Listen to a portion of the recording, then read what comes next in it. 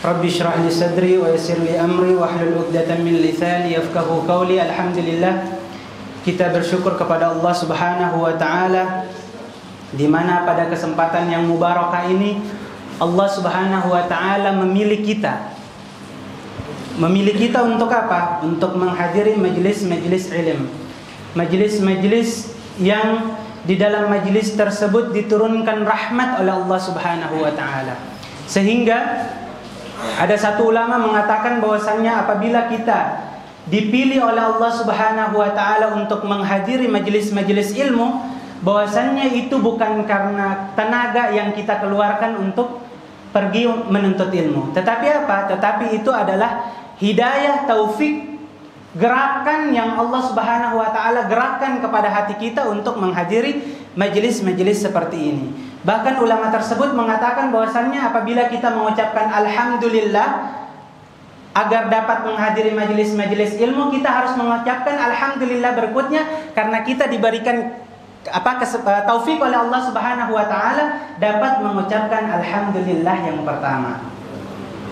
Hakada. Artinya betapa besar nikmat yang Allah Subhanahu wa taala berikan kepada kita, memilih kita menghadiri majelis-majelis yang insyaallah tidaklah kita berdiri dari tempat ini melainkan dosa-dosa kita diampuni oleh Allah Subhanahu wa taala. Amin ya rabbal alamin.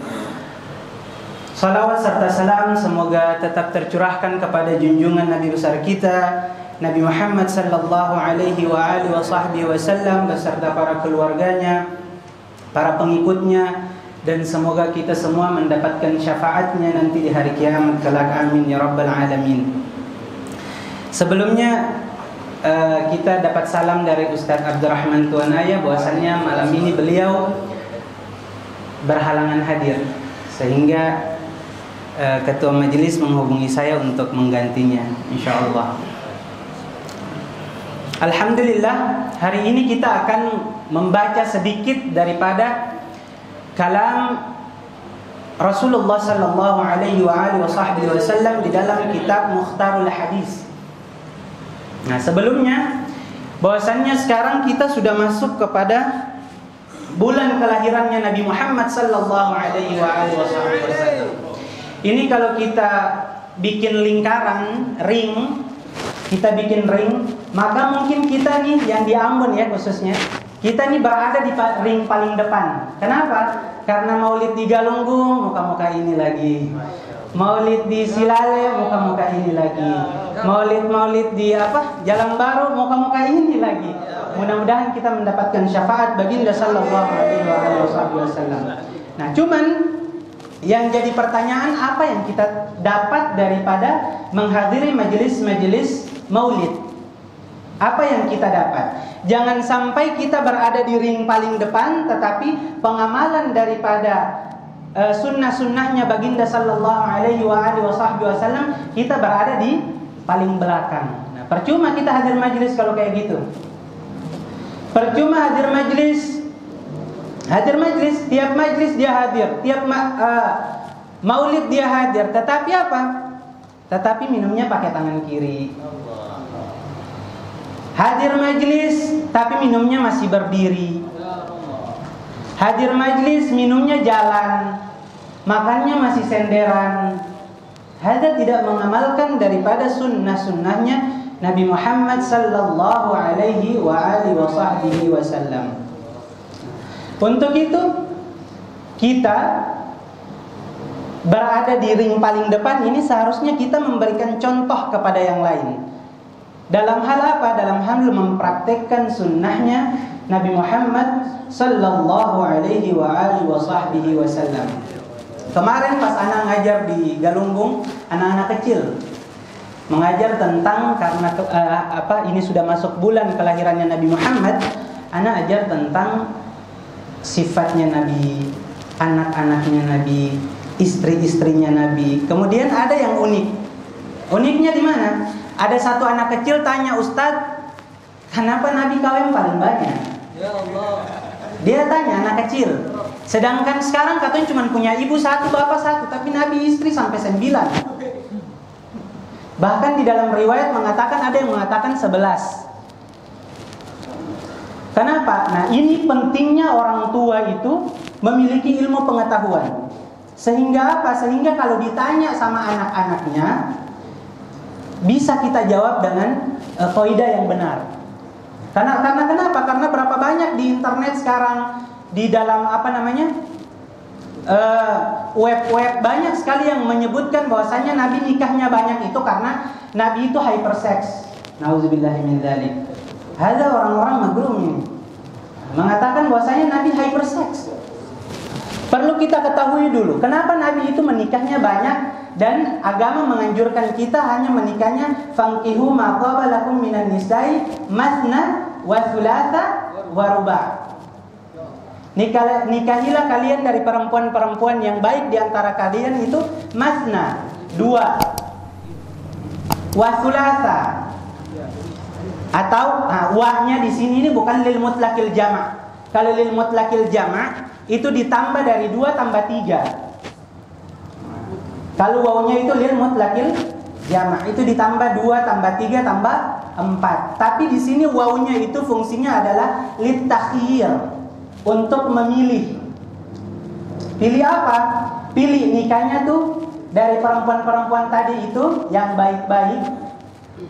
Matna 2, wasulasa atau 3, waruba atau 4. Tapi hati-hati yang mau poligami, ada ayat seterusnya daripada ayat tersebut. Di mana ayatnya? Wa in khiftum alla ta'dilu fawahidah. Kalau seandainya kalian takut nanti tidak adil, maka hendaknya nikahnya satu. Mudah-mudahan yang belum nikah dikasih jodoh secepatnya oleh Allah Subhanahu wa taala. Amin.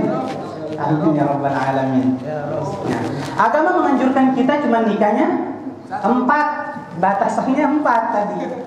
Batasannya 4. Tapi kenapa Nabi nikah sampai 9, bahkan di dalam riwayat lain 11? Karena Nabi itu selain beliau itu manusia sama kayak kita, beliau itu juga orang yang menyampaikan syariat Islam. Perlu diketahui bahwasanya Nabi itu manusia, benar Nabi itu manusia, tapi Muhammadun basyarun la kal basyar. Nabi Muhammad itu basyarun, manusia, la kal basyar, namun tidak seperti manusia. Bal huwal yaqutu bainal hajar. Dalam syair yang lain, bal huwal yaqutu wan nasu kal hajar. Akan tetapi Nabi itu, Nabi Muhammad sallallahu alaihi wasallam itu adalah yakut, permata. Dan manusia yang lain itu seperti apa? Batu, kerikil. Kerikil sama permata sama tidak? Dari golongan batu, sama-sama dari golongan batu. Kita sama kayak Nabi Muhammad dari golongan manusia, tapi beda derajatnya di sisi Allah Subhanahu wa ta'ala. Dari cara kelahirannya saja sudah beda. Hakada, dari fisiknya aja sudah beda. Nabi adalah orang yang paling ganteng, paling sempurna, seng buncit. La ilaha illallah. Hakada, hada Nabi Muhammad sallallahu alaihi wasallam. Beliau adalah manusia, tapi bukan manusia seperti kita. Sehingga Nabi itu, kenapa nikahnya banyak? Nabi nikahnya banyak semuanya karena perintah Allah Subhanahu wa ta'ala. Beliau ingin menyampaikan syariat di situ. Jadi nikahnya bukan karena syahwat, tapi ingin menyampaikan syariat di situ. Nabi nikah dengan perempuan yang badannya tinggi, perempuan yang besar, berpostur besar. Nabi nikah dengan perempuan yang badannya tidak terlalu tinggi, cenderung pendek. Nabi nikah dengan janda. Nabi nikah dengan perempuan gadis. Nabi juga nikah dengan budak. Kenapa? Nabi juga nikah dengan ustazah. Nabi nikah dengan perempuan yang lebih mengedepankan akal daripada perasaan.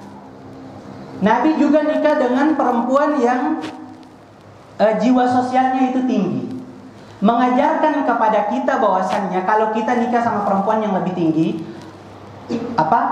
panutan yang akan kita ambil itu ada pada Nabi Muhammad sallallahu alaihi wasallam. Bayangkan kalau Nabi cuma nikahnya sama Sayyidatuna Khadijah. Sayyidatuna Khadijah adalah seorang yang janda pada waktu itu.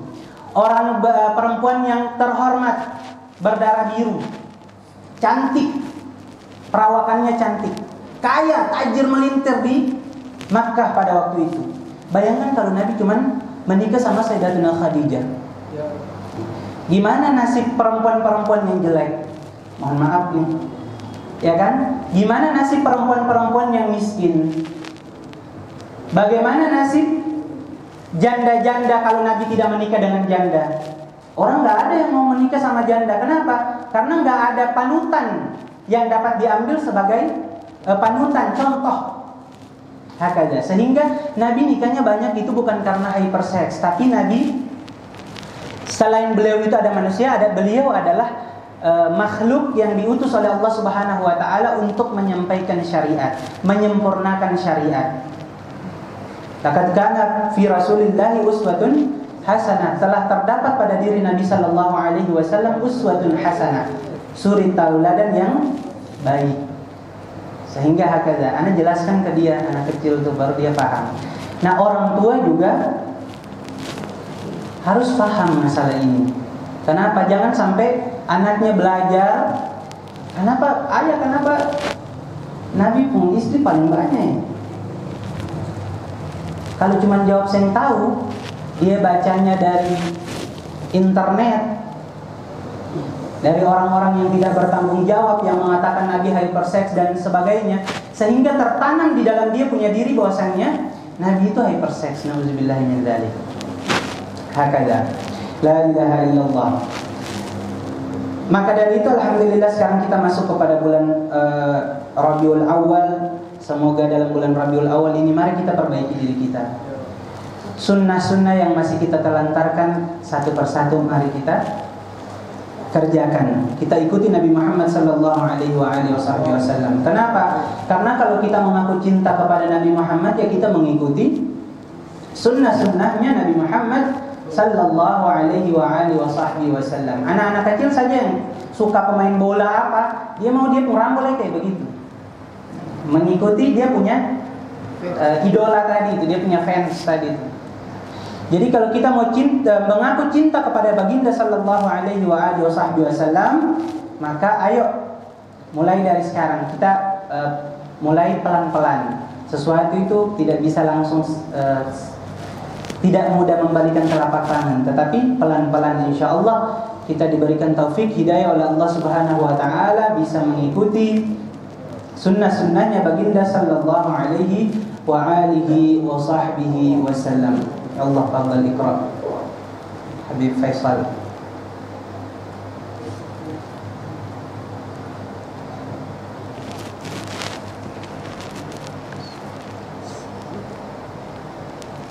Bismillahirrahmanirrahim.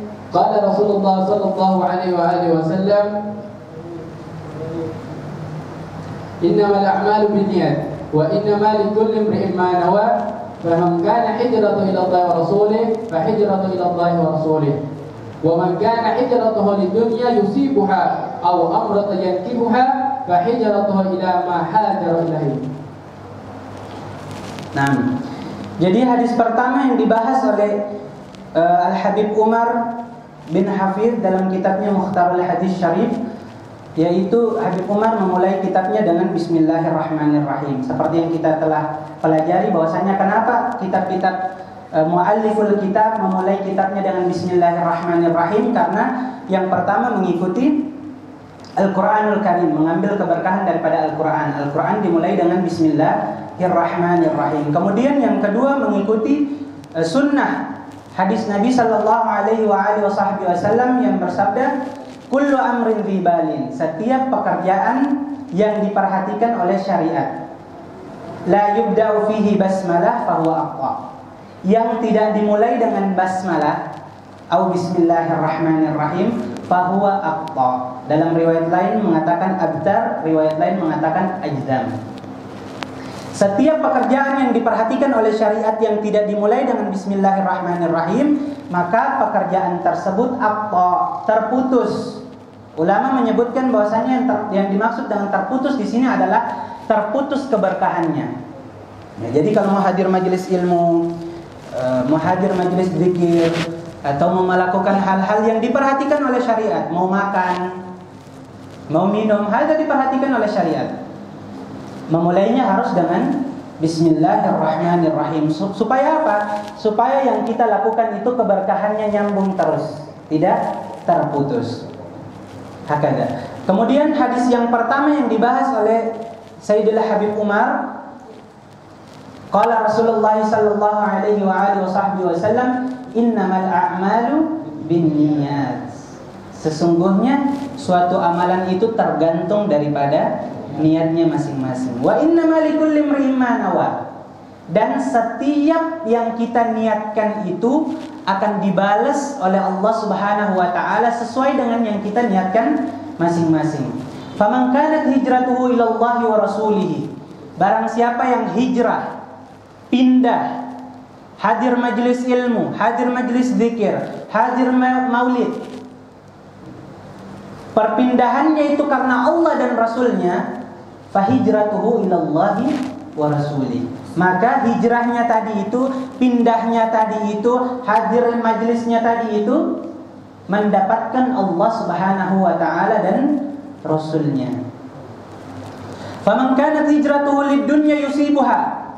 Barang siapa yang berpindahnya, hadir majelisnya, datang ke arahnya, untuk apa? Untuk dunia. Oh, anak nih kalau datang dapat fulus misalnya. Karena dunia yusibuha. Aw imra'atin yang tiuha. Atau perempuan yang hendak dia nikahi. Oh, kebetulan di depan Mahat Ar-Rahmah tuh ada perempuan cantik. Anak kalau datang ke sana supaya dia lihat anak hadir majelis, oh laki-laki soleh nih, laki-laki baik. Kalau niatnya kayak gitu, fahijratuhu ala ma hajar ilaih. Maka niatnya tadi itu, hijrahnya tadi itu, datang majelisnya tadi itu ala ma hajar ilaih. Atas yang telah dia niatkan. Istilahnya kalau kita nanam jagung, nanam padi, itu rumput pun tumbuh. Tapi kalau kita nanam rumput, padi nggak tumbuh, jagungnya nggak tumbuh. Kalau kita niatkan karena Allah Subhanahu wa taala dan Rasulnya, insya Allah Allah Subhanahu wa taala akan memberikan itu semua. Cuman waktunya saja yang beda-beda. Ada yang sudah lebih cepat, ada yang lebih lambat. Nah, apa itu niat? Niat itu disebutkan qasdu syai'in muqtarinan bi fi'lihi. Niat adalah qasdu syai'in, menyengaja akan sesuatu, sengaja. Muqtarinan bi fi'lihi, yang berbarengan dengan pekerjaannya. Sehingga kalau kita mau salat, mau takbiratul ihram, Allahu akbar, itu di dalam hati sudah harus niat usalli fardal maghrib. Saya bisa sebelum salat terus kita niat. Boleh-boleh aja, sunnah hukumnya. Tapi yang wajib itu ketika kita takbiratul ihram. Kenapa? Karena mahallun niat fil qalbi.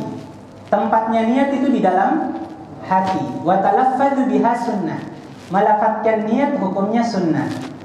Sehingga kalau kita berniat, Nabi sallallahu alaihi wasallam bersabda dalam sebuah hadisnya bahwasannya innallaha la yanzuru ila ajsamikum wala suwarikum walakin yanzuru ila qulubikum wa a'malikum. Baginda sallallahu alaihi wasallam bersabda, sesungguhnya Allah Subhanahu wa taala tidak melihat bentuk-bentuk kalian. Saya melihat yang ganteng, saya melihat yang putih, yang hidung mancung, yang bewok misalnya. Saya melihat itu semua. Allah Subhanahu wa taala la yanzuru ila ajsamikum wala suwarikum. Tidak melihat bentuk-bentuk fisik kalian. Walakin yanzuru ila qulubikum wa a'malikum. Melihat kepada hati-hati kalian dan amal-amal kalian. Kenapa pandangan Allah itu dalam hati? Karena di dalam hati terdapat niat.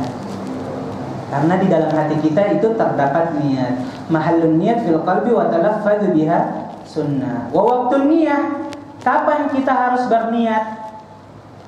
Inda awal juz'i minal ibadah. Pas awal kita mau melakukan itu ibadah, disitulah kita berniat. Sehingga mau kita majlis, mau hadir majlis, perbaiki niat kita. Yang mungkin tadinya ana mau hadir majelis supaya terlihat soleh misalnya, atau ana mau hadir majelis gak enak sama teman misalnya, atau ana mau hadir majelis supaya viral misalnya. Perbaiki niat kita. Kenapa? Karena kalau niat kita seperti itu, maka amalan-amalan kita itu fadhil. Allah Subhanahu wa taala berfirman dalam sebuah hadis qudsi bahwasanya ana aghniya anis syirik.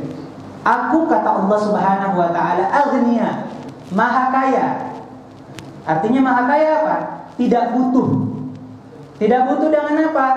Tidak butuh anis syirik, daripada perkongsian, daripada sesuatu amalan yang dilakukan bukan karena semata-mata karena Allah, tapi karena ada motif yang lain. Bahkan itu salah satu adab, cara di dalam kita ketika kita sholat, kemudian ada orang yang mengetok pintu, mengeraskan bacaan pun tidak boleh. Mengeraskan bacaan bahwasannya mau memberitahu kepada orang tersebut bahwa anak ini lagi sholat, tidak boleh. Nah, dulu dikisahkan bahwasannya dulu di Mesir itu ketua RT-nya tuh, pimpinan wilayah tersebut membuat suatu peraturan di Mesir dulu. Apa peraturannya? Peraturannya itu setiap malam ada orang yang ronda malam. Nah, jadi dia bergilir begitu, ronda malam. Buat apa? Untuk membangunkan orang-orang untuk melaksanakan tahajud, bukan melaksanakan subuh, tapi melaksanakan tahajud. Nah, kemudian setiap malam itu ada 2 orang yang ronda keliling tuh untuk membangunkan orang tahajud. Kemudian ada salah satu ulama yang dia sebelum orang-orang tersebut membangunkan, dia sudah bangun tahajud duluan.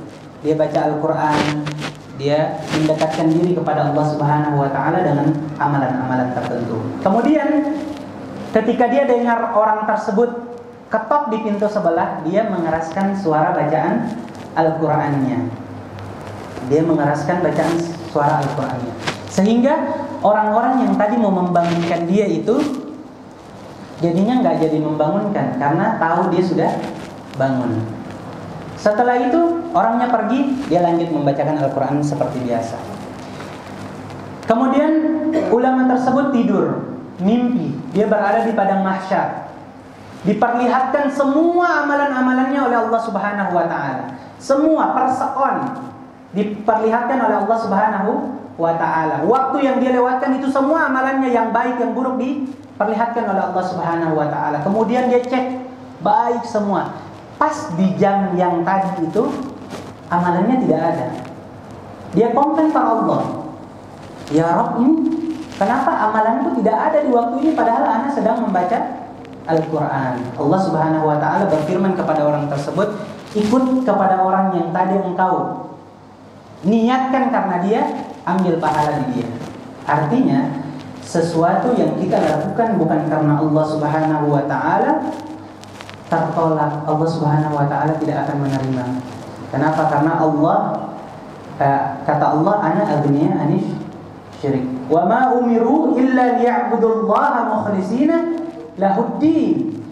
Tidaklah aku, kata Allah Subhanahu wa ta'ala, memerintahkan kalian untuk menghamba kepada Allah Subhanahu wa ta'ala kecuali mukhlishina lahuddin, kecuali dengan ikhlas semata-mata karena Allah Subhanahu wa ta'ala. Bahkan hadis ini menjadi pangkal dari segala ibadat. Ibadat apapun harus dilakukan dengan niat. Niatnya ya jelas karena Allah Subhanahu wa ta'ala. Karena kalau kita berniat selain Allah Subhanahu wa ta'ala, maka amalan tersebut jangan harap diterima oleh Allah Subhanahu wa ta'ala. Satu hadis lagi. Qala Rasulullah sallallahu alaihi wasallam, abghadul rijali ila Allah aladul khasmi, rawah Bukhari wal Muslim. Hadis kedua, Rasulullah sallallahu alaihi wasallam bersabda, abghadul rijali ila Allah al-aladul khasim, rawahul Bukhari wa Muslim. Nabi sallallahu alaihi wasallam bersabda, "Abgadur rijal," orang yang paling dibenci oleh Allah Subhanahu wa taala. Siapa tuh orang yang paling dibenci oleh Allah Subhanahu wa taala? Adalah al-aladul qasim. Adalah orang yang paling syadid, yang paling kuat, yang paling kekeh di dalam apa? Di dalam permusuhannya.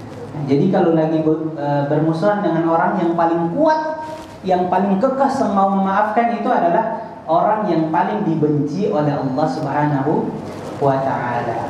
Sehingga kenapa? Karena percuma kita saling membenci satu sama yang lain. Kenapa? Karena itu hanya menimbulkan penyakit. Dan hati-hati, orang yang sering membenci orang itu biasanya mati cepat mati. Nah, jadi orang itu yang yang fafsahu fil majalis, yang hatinya itu lapang, tidak mudah baper. Kenapa? Karena cepat mati nanti. Inna abghadur rijali ilallahi al-aladul qasim. Dan Allah benci sama orang tersebut, tidak suka dengan orang tersebut. Bahkan dalam riwayat lain disebutkan bahwasannya inna rahmata la tanzilu ala qaumin fihi qati'ur rahim. Sesungguhnya rahmat Allah Subhanahu wa taala, keberkahan rizki. Makanya jangan heran kalau orang yang sering bermusuhan rezekinya tidak berkah. Makan banyak tapi tetap lapar, tidak berkah. Kenapa? Karena suka membenci orang lain. Inna rahmata la tanzilu ala qaumin fihi qati'ur rahim. Terhadap kaum yang di dalam kaum tersebut, golongan tersebut, ada satu orang yang memutuskan silaturahim. Na'udzubillahi min dzalik. Bahkan disebutkan juga dalam riwayat yang lain bahwasannya la yadkhulul jannah al-qati'. Tidak akan masuk surga. Tidak akan masuk surga.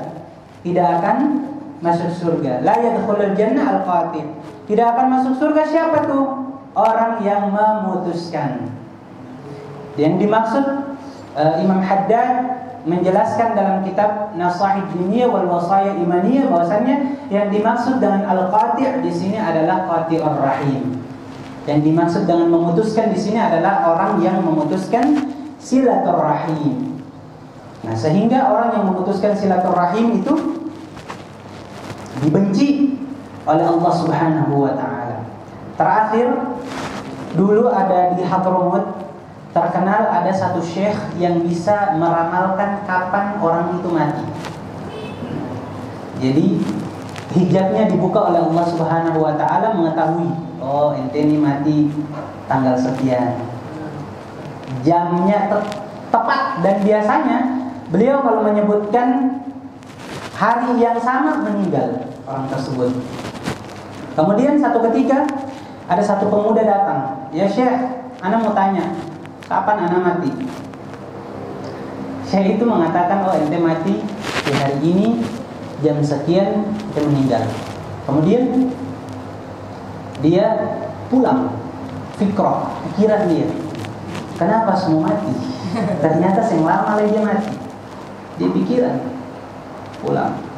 Di Hadramut ini bukan ngarang, ini memang ada kisahnya. Pulanglah ini si pemuda. Kemudian sampai di rumah dia pikiran, ya Allah, anak semua mati. Katong kalau tahu kapan mati, masya Allah, ya kan? Misalnya nih 2 hari lagi meninggal, ya Allah, 2 hari itu saya ada waktu lain lagi, kecuali untuk mendekatkan diri kepada Allah Subhanahu wa taala. Sama dengan laki-laki ini, dia mendekatkan diri kepada Allah Subhanahu wa taala, terus mendekatkan diri kepada Allah Subhanahu wa taala. Yang silaturahimnya putus disambung, yang keluarganya yang lagi marahan sama uminya, bapaknya, itu dia sambung semuanya. Kemudian dia ibadah seperti orang biasa, 5 waktu, kemudian sunnah-sunnahnya dijalankan oleh dia. Sampailah kepada hari yang ditentukan oleh syekh tersebut, yang disebutkan oleh syekh tersebut bahwasanya dia akan meninggal. Hari tersebut di jam yang sudah ditentukan, dia lihat jam pas, dia sing mati. Sehingga jadi meninggal. Dia bilang, ini karang kapan? Tapi terkenal di Hadramut. Dia tahu, faham, mengerti, dibuka hijabnya oleh Allah Subhanahu wa taala. Wali Allah, orang yang dekat dengan Allah Subhanahu wa taala sehingga hijabnya dibuka. Dia tidak mati di hari yang sudah disebutkan oleh syekhnya. Kemudian sehari, 2 hari, 3 hari, 4 hari dia bilang, nah harus cek ke syekh nih, kevalitan dari kematian anak ini kenapa belum mati. Akhirnya dia datang ke syekhnya, dia tanya, syekhnya bilang, ente bikin apa? Yang ketika anak menyebutkan bahwasannya hari ini ente mati itu, ente ada melakukan amalan apa? Disebutkan anak melakukan amalannya sholat 5 waktu, sholat sunnah, qobliyah, ba'diyah, anak gak pernah tinggalin. Karena anak tahu anak udah mau mati nih. Nah, terus apa lagi? Terus dulu tuh ibu abah tuh ada konflik sama orang. Nah, anak sambung semuanya sebelum anak mati. Kemudian syekhnya mengatakan bahwasannya sebab umur ente dipanjangkan oleh Allah Subhanahu wa taala, ta'akhirnya meninggalnya ente itu gara-gara apa? Gara-gara ente menyambung silaturahim. Fungsinya banyak menyambung silaturahim itu. Dimurahkan rezeki. Yang ada jual kambing tuh banyak pingin silaturahim. Supaya apa? Rezekinya dilapangkan oleh Allah Subhanahu wa taala. Mudah-mudahan Allah Subhanahu wa taala berikan kita semua taufik, hidayah, rezeki yang halalan, thayyiban insyaallah, dan yang belum nikah dikasih nikah oleh Allah Subhanahu wa taala, yang belum punya anak dikasih oleh Allah Subhanahu wa taala, dan hidup kita semoga diberkahi oleh Allah Subhanahu wa taala. Amin ya rabbal alamin. A'udzubillahi minasyaitonir rajim. Bismillahirrahmanirrahim. Alhamdulillahirabbil alamin. Allahumma shalli wa sallim ala sayyidina Muhammad wa ala ali sayyidina Muhammad. Allahumma inna nas'aluka bi annana nashhadu annaka anta Allah la ilaha illa anta al-ahadus samad alladzi lam yalid wa lam yulad wa lam yakul lahu kufuwan ahad. Allahumma inna تعلم أسماءنا وترى مكاننا وتعلم نيتنا وحاجتنا ومقاصدنا. تقبل ما نتمنى ولا تخيب رجاءنا يا كريم. اللهم يا غني يا حميد يا مبدئ يا معيد يا رحيم يا ودود أغننا بحلالك عن حرامك وبطاعتك عن معصيتك وبفضلك عن من سواك. اللهم يا فارج الهم يا كاشف الغم يا من لعبدي يغفر ويرحم يا دافع البلاء يا الله يا دافع البلاء يا رحمن يا دافع البلاء يا رحيم.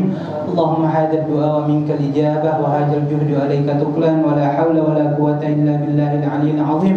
ربنا ظلمنا أنفسنا وإن لم تغفر لنا وترحمنا لنكونن من الخاسرين. ربنا آتنا في الدنيا حسنة وفي الآخرة حسنة وقنا عذاب النار. صلى الله على رسولك سيدنا محمد النبي الأمي وعلى آله وصحبه وسلم والحمد لله رب العالمين. سر الفاتحة.